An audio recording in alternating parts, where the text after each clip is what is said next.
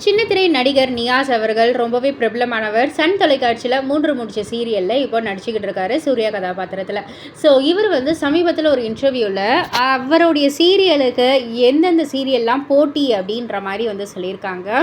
So அந்த வகையில் வந்துட்டு இந்த சீரியல் 3 முடிச்ச சீரியலுடைய டைம் ஸ்லாட் 8:30 to 9:30 அப்படின்னு வந்து பார்த்திங்கன்னா விஜய் டிவியில் வந்துட்டு டாப் மோஸ்ட்டு இருக்கிற சீரியல் சிறகடிக்க ஆசை, அய்யனார் துணை. இந்த 2 சீரியலுமே வந்து அந்த டைம் ஸ்லாட்டில் தான் வருது.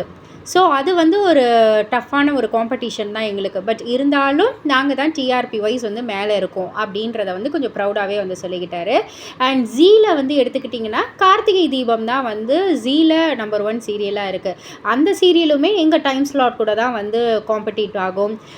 சன் டிவிலேயே வந்து நீங்கள் எடுத்துக்கிட்டிங்கன்னா எங்கள் சீரியலுக்கு வந்துட்டு கொஞ்சம் காம்படிட் பண்ணுற மாதிரி ஒரு சீரியல்னால் அது சிங்கப்பண்ணி சீரியல் தான் அப்படின்ற மாதிரி வந்து சொல்லியிருந்தார். அதற்கு இன்டர்வியூ எடுக்கிறவர் வந்து கேட்குறாங்க, அப்போ எதிர்நீச்சல் அப்படின்னு வந்து கேட்டதுக்கு இல்லை அது இப்போ பழைய மாதிரி இல்லை, கொஞ்சம் டிஆர்பி வைஸ் கொஞ்சம் லோவாக தான் போய்கிட்டு இருக்கு. ஸோ இப்போ வந்து காம்படிட்டிவ்னு வந்து பார்த்தா சிங்கப்பெண்ணே தான். சன் தொலைக்காட்சியிலேயே நீங்கள் வந்து வேறு சீரியல் கேட்டிங்கன்னா சிங்கப்பெண்ணே தான் அப்படின்ற மாதிரி சொல்லியிருக்காரு.